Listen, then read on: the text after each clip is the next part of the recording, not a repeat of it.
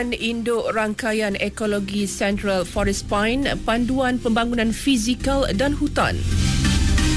RUU Anti Gangguan Seksual 2021 diluluskan.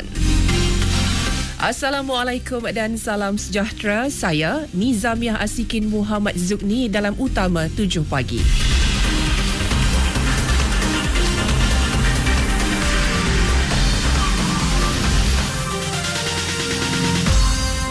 Pelan Induk Rangkaian Ekologi Central Forest Point PIRECFS, dasar utama berkaitan perancangan bandar dan desa diluluskan. Ia akan dijadikan sebagai panduan perancangan serta pembangunan fizikal dan hutan seluruh Semenanjung. Menurut kenyataan Perdana Menteri Datuk Seri Ismail Sabri Yaakob, mesyuarat Majlis Perancang Fizikal Negara ke-40 dipengerusikannya semalam bersetuju meluluskan dasar itu. PIRECFS merupakan satu inisiatif menghubungkan 8 kompleks hutan utama negara yang melibatkan 8 negeri, iaitu Kedah, Perak, Kelantan, Terengganu, Pahang, Johor, Selangor dan Negeri Sembilan. Kata Perdana Menteri lagi, ia bagi memelihara kawasan hutan di Semenanjung agar wujud satu rangkaian fizikal hutan yang bersambungan di seluruh kawasan CFS. Pelan induk itu juga telah mengalpasti 39 rangkaian ekologi bagi menghubungkan kawasan hutan atau pulau hutan yang tidak bersambungan. Rang Undang-Undang Anti Gangguan Seksual 2021 AGS 2021 diluluskan Dewan Rakyat. AGS 2021 mengandungi 4 bahagian, 4 bab dan 27 fasal. Undang-undang itu dilihat berupaya menangani isu gangguan seksual di Malaysia yang belum memiliki undang-undang khusus berhubung isu tersebut. Ketika menggulung RUU berkenaan, Menteri Pembangunan Wanita, Keluarga dan Masyarakat, Datuk Seri Rina Muhammad Harun berkata, AGS juga mampu memberi kesedaran kepada setiap pihak agar menghentikan tindakan normalisasi gangguan seksual sama ada di tempat kerja atau awam tanpa mengira ganda. RUU AGS ini bertujuan untuk melengkapi perundangan dan polisi sedia ada berkenaan gangguan seksual di Malaysia yang sebelum ini tidak dapat memberikan tebus rugi redress dengan izin yang sewajarnya kepada mangsa-mangsa gangguan dan hanya memberikan fokus utama kepada menghukum pelaku. Pengubalan undang-undang ini juga akan menyumbang kepada pengujudan persekitaran yang selamat khususnya kepada wanita. Pendekatan RUU AGS ini adalah untuk memberikan kesedaran kepada setiap pihak supaya berhenti menormalisasikan gangguan seksual serta memastikan matlamat untuk menyediakan persekitaran yang selamat dan bebas daripada gangguan seksual ini tercapai. Menurut Datuk Seri Rina lagi, satu jawatan kuasa pemantauan penilaian khas akan ditubuhkan sebagai badan pemantau. Mereka dilantik dalam kalangan individu yang mempunyai kredibiliti, pengalaman dan kepakaran dalam menangani kes gangguan seksual. Antaranya pegawai polis, kaunselor, pegawai kesihatan, doktor, NGO dan ahli akademik. Jawatan kuasa berkenaan juga akan memantau keberkesanan RUU berkenaan dan mengeluarkan laporan mengenainya. Perbincangan berhubung tuntutan kumpulan Sulu terhadap Sabah di Dewan Rakyat boleh menjejaskan kepentingan Malaysia dalam prosiding litigasi kes berkenaan. Demikian nyatakan Yang di-Pertua Dewan Rakyat, Tan Sri Azhar Azizan Harun. Beliau menjelaskan perbincangan itu berkemungkinan akan mendedahkan strategi negara dalam hal berkaitan sekaligus memberi manfaat kepada pihak lain.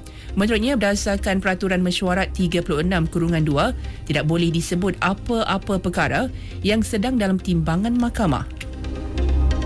Strategi 5 serampang yang dilaksanakan KPDN-HEP terbukti berjaya dengan penurunan harga minyak masak botol dalam masa terdekat.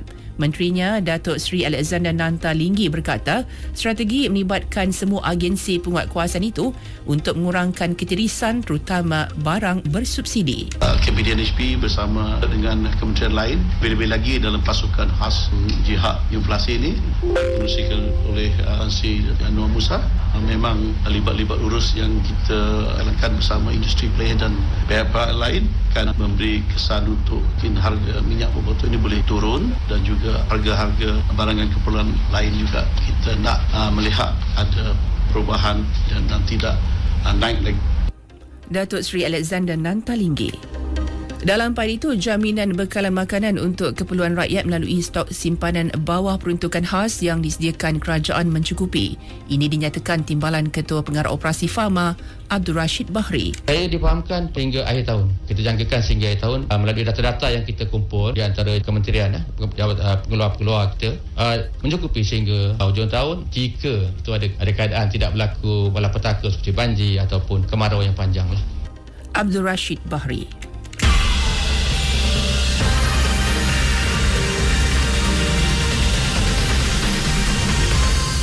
Berita seterusnya, kerajaan memperuntukkan sebanyak 140 juta ringgit bagi menaik taraf Hospital Sultanah Aminah HSA di Johor Bahru. Pengerusi Jawatan Kuasa Kesihatan dan Perpaduan Negeri, Ling Tian Sun berkata, kerja-kerja naik taraf akan dilaksanakan secara berfasa bermula bulan depan dan mengambil masa 3 tahun untuk disiapkan. Antara skop naik taraf melibatkan bekalan elektrik dan sistem automasi bangunan, gas perubatan, pencegahan kebakaran dan teknologi maklumat. Malaysia sedia memperkukuhkan kerjasama dalam pelbagai bidang dengan Bangladesh. Ia bersempena ulang tahun ke-50 hubungan diplomatik antara kedua-dua negara yang diraikan pada tahun ini. Menerusi hantaran Facebook, Perdana Menteri Datuk Seri Ismail Sabri Yaakob berkata, kerjasama dua hal itu merangkumi perdagangan dan pelaburan, ekonomi digital serta sumber manusia dan pekerjaan. Perkara itu katanya merupakan antara isu yang dibincangkan semasa beliau menerima kunjungan hormat Menteri Luar Bangladesh Dr. A.K. Abdul Mumin di Parlimen semalam. 18 negara bersetuju bekerjasama menambah baik serta mempelbagaikan rantaian bekalan global bagi menangani kekurangan yang melanda ekonomi semasa pandemik. Persetujuan dicapai dalam Forum Menteri Rantaian Bekalan Anjuran Amerika Syarikat. Kenyataan yang dikeluarkan pada akhir forum secara maya itu menyebut kerjasama melibatkan penyelesaian isu jangka pendek termasuk pengangkutan serta cabaran jangka panjang yang menjejaskan rantaian bekalan. Antara negara yang menyertai forum itu Australia, Brazil, Republik Demokratik Kongo, India, Indonesia, Jepun, Meksiko dan Kesatuan Eropah. Pengeluar vaksin COVID-19 pertama Perancis Valneva menggantung pengeluaran. Ia susulan keputusan Suruhanjaya Eropah untuk mengurangkan tempahan vaksin daripada 60 juta dos kepada hanya 1.25 juta dos. Negara-negara EU sepatutnya membeli kira-kira 27 juta dos vaksin pada tahun ini dengan tambahan 33 juta dos pada 2023. Namun, Suruhanjaya itu pada Mei lepas memutuskan untuk menarik diri daripada perjanjian pembelian awal berikutan tahap pengeluaran vaksin global yang tinggi. Valneva merupakan vaksin ke-6 diiktiraf oleh EU untuk melindungi diri daripada jangkitan COVID-19. Ukraine diberi lampu hijau oleh kumpulan pemuyutang untuk menangguhkan pembayaran faedah ke atas hutang. Kelewatan pembayaran dari Ogos sehingga sekurang-kurangnya hujung tahun depan membolehkan Kiev mengutamakan pembiayaan bagi tujuan peperangan. Ahli kumpulan tersebut termasuk Amerika Syarikat, Britain, Perancis, Jerman dan Jepun dalam satu kenyataan berkata, kebenaran itu mengambil kira situasi luar biasa yang sedang dihadapi Ukraine serta rekod pembayaran balik hutang negara itu. Negara lain yang meminjamkan wang kepada Kiev disaran turut berbuat demikian. Sukan bola sepak Liga Super Johor Darul Takzim JDT mengukuhkan cengkaman di puncak Liga selepas menewaskan Penang FC 1-0 di Stadium Bandaraya Georgetown.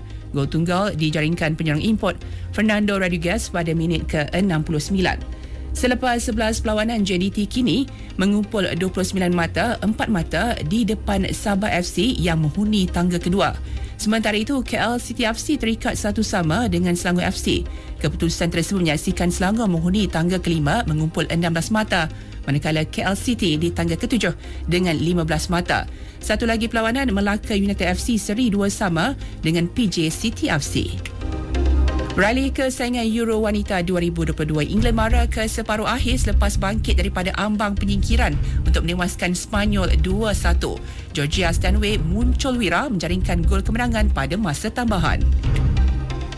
Disampaikan tajuk utama sekali lagi. Plan Indo Rangkaian Ekologi Central Forest Pine, Panduan Pembangunan Fizikal dan Hutan. RUU Anti Gangguan Seksual 2021 diluluskan. Sekian berita yang disunting oleh Nur Syarida Shahabuddin dari Pusat Berita RTM. Pasukan khas Jihad Tangani Inflasi membantu keluarga Malaysia tangani cabaran peningkatan kos sara hidup, selesaikan isu berkaitan inflasi, khususnya mengawal harga barang dengan lebih efisien dan berkesan. Assalamualaikum dan salam keluarga Malaysia.